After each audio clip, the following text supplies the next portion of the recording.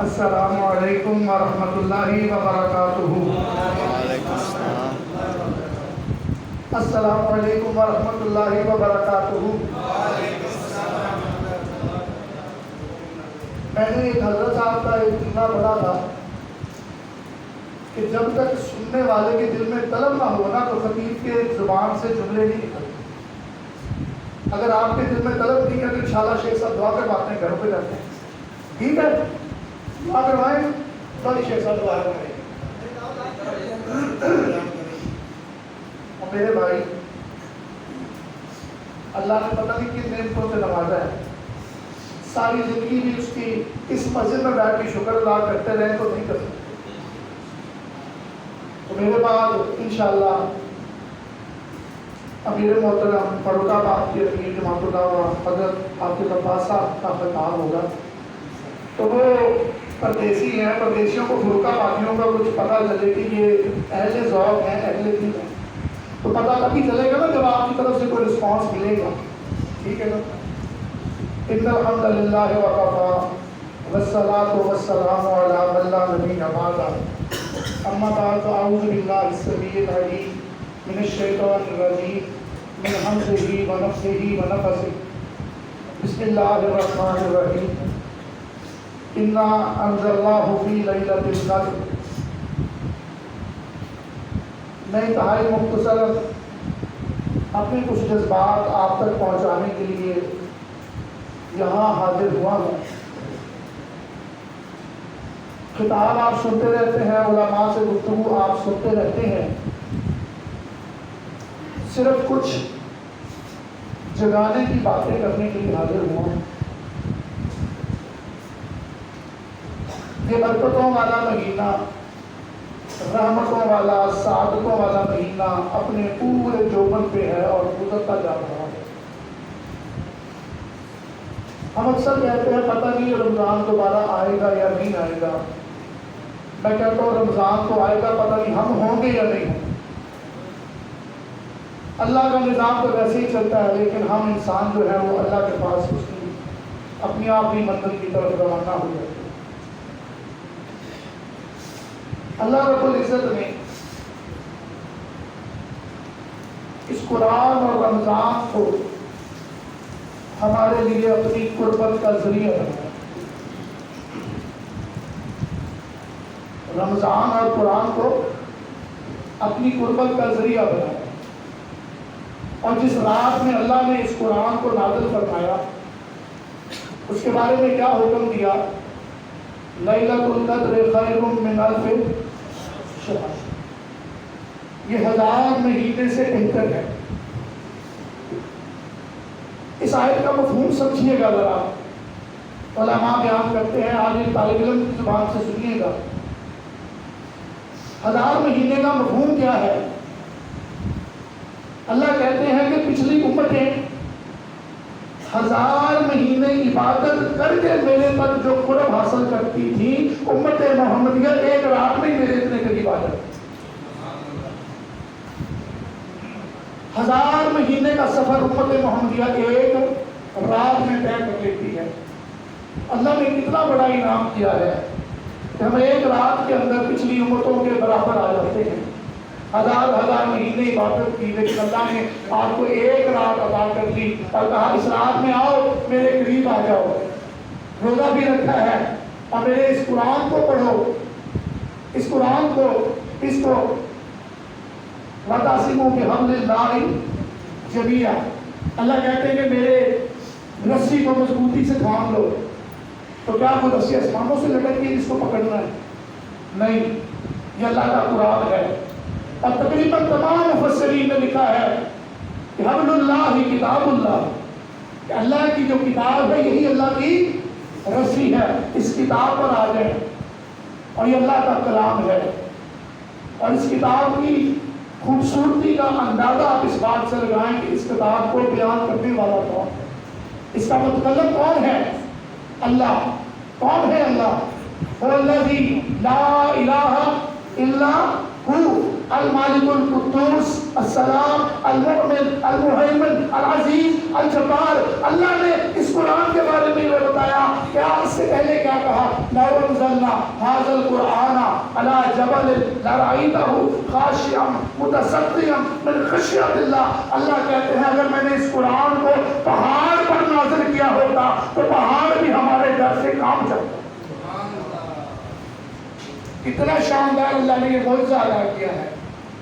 اور میں اکثر کہا کرتا ہوں کہ اللہ نے میرے نبی کو جتنے بھی معجزے عطا کیے اگر کوئی معجزہ عطا نہ کیا ہوتا تو اللہ کے نبی کی نبوت کی حقانیت کو ثابت کرنے کے لیے صرف اللہ کا یہ قرآن کا. اللہ نے ہمیں اتنے مبارک مہینے میں مبارک دنوں میں اللہ نے یہ قرآن دیا. اور اللہ کیا کہتے ہیں کہ ہاں کہ وہ میری رسی ہے کہ جس کا ایک سرا اللہ کے ہاتھ میں ہے. اور اللہ کہتے ہیں تم اس قرآن کو بنا لو تو دوسرا سرا اس کے پڑھنے والے کے ہاتھ میں.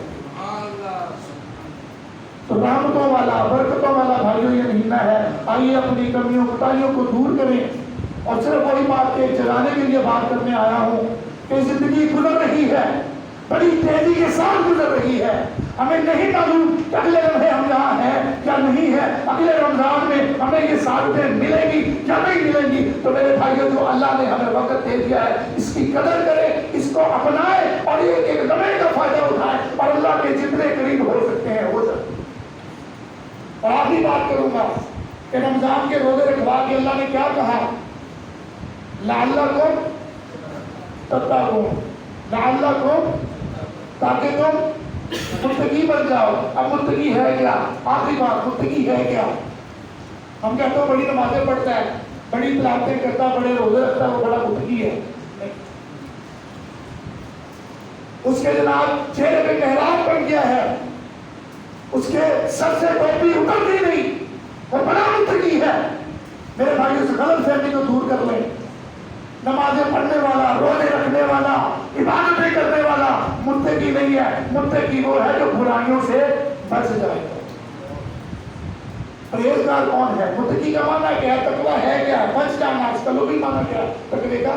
بچ جانا. اور کسی مفکر کسی محدث نے بڑا خوبصورت لکھا, ہدی للمتقین, اللہ کی یہ جو کتاب ہے یہ ان کے لیے ہدایت ہے جو ضد سے بچ جاتا ہے. ضد کیا ہے؟ میرے بات ان ذہن میں آگے بتا دوں آپ کو. ابو جہل بیت اللہ کے سائے میں بیٹھا تھا, بیت اللہ کے سائے میں, اور اس کے ساتھ اس کا ایک دوست بیٹھا تھا. وہ کہتا ابو جہل مدینے میں مکے میں یہ کیا فساد برپا ہو گیا, دو گروپ بن گئے ہیں, ایک بیٹا اس طرف ہے, باپ اس طرف ہے, بھائی اس طرف ہے, بھائی اس طرف ہے, چچا اس طرف ہے, ماموں اس طرف ہے, بھتیجا اس طرف ہے, بھانجا اس طرف ہے. ایک کا قائد تو ہے, دوسرے کا قائد سونا محمد ہے. تو اپنی ایمانداری سے بتاؤ کہ تم دونوں میں سے سچا کون؟ حضرت ہدی للمتقین, ضد سے بچنے والوں کے لیے بتائیں. ابو جہل سے کہتے اپنی ایمانداری سے بتاؤ دونوں میں سچا کون ہے؟ ابو جہل کہتا تو نے محمد کے ساتھیوں کو دیکھا ہے, محمد تھوک پھینکتا ہے تو وہ اپنے ہاتھوں پہ مسلتے ہیں, محمد کا پسینہ نکلتا ہے تو وہ اکٹھا ہو جاتے ہیں اس کو لینے کے لیے, اور محمد جب جوتی اتارتا ہے اس کو جوتیاں اٹھانے کے لیے لپکتے ہیں. تو میں ابو جہل مکے کا سردار, میں محمد کی جوتیاں چکا اے زندہ مانتا تھا کہ محمد کی ذات سچی ہے. اس کائنات کے اندر اگر کوئی سچا ہے تو وہ محمد ہے. لیکن چودراہٹ کی ضد آ گئی, سرداری کی ضد آ گئی, اور اپنے اندر انا کی ضد آ گئی کہ میں ابو جہل ہو کے محمد کی جوتیاں سیدھا کروں. نہیں ہو سکتا. مرنا قبول ہے, جہنم قبول ہے, لیکن محمد کی نبوت کا اقرار نہیں. تو ہدی للمتقین, متقی کون ہے؟ جو ضد سے بچ گئے, جو گناہ سے بچ گئے, جنہوں نے پرہیزگاری اختیار کر لی, وہ متقی ہے. نمازیں پڑھنے والا, روزے رکھنے والا, حج کرنے والا, زکات دینے والا متقی نہیں ہے. آج جا کے اخباروں میں دیکھو کہ بہت بڑے بڑے غلام پکڑے گئے, گندم کے غلام پکڑے گئے گندم ڈائنی کرنے کے لیے, اور جب مالکوں کی تصویریں دیکھی سر شرم سے جھک گیا. اتنی اتنی داڑیاں, متھے پہ محراب بنا ہوا اور ٹوپیاں پہنی ہوئی, لیکن کیا ہے وہ ذخیرہ روٹی کر رہا ہے. یہ تقویٰ نہیں ہے. اس غلط فہمی کو نکال دیں. چھوٹی سی مثال اور بات ختم. جب آپ میں سے کسی کو بلڈ پریشر بڑھ جائے نا تو ڈاکٹر کے پاس جاتے ہیں. ڈاکٹر کہتے ہیں یہ گولی کھانی ہے اور نمک نہیں کھانا. اب تقویٰ کس چیز کا نام ہے؟ پرہیزگاری کیا ہے؟ گولی یا نمک سے بچنا. آپ گولی کھا کے بھی اگر نمک سے نہیں بچتے تو اس بیماری میں مبتلا رہو گے.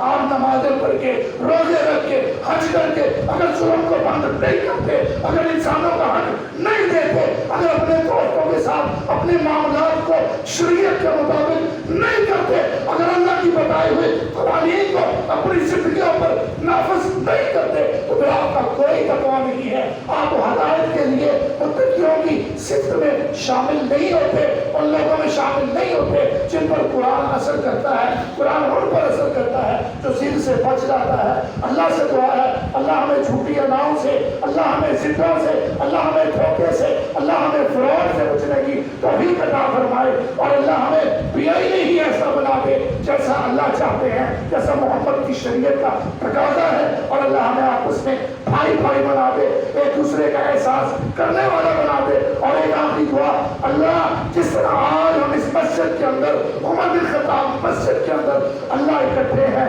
اللہ جنت والے دن, جنت قیامت والے دن اللہ اپنی جنت میں بھی ہم اسی طرح اکٹھا فرما دینا. وآخر دعوانا الحمدللہ رب العالمین.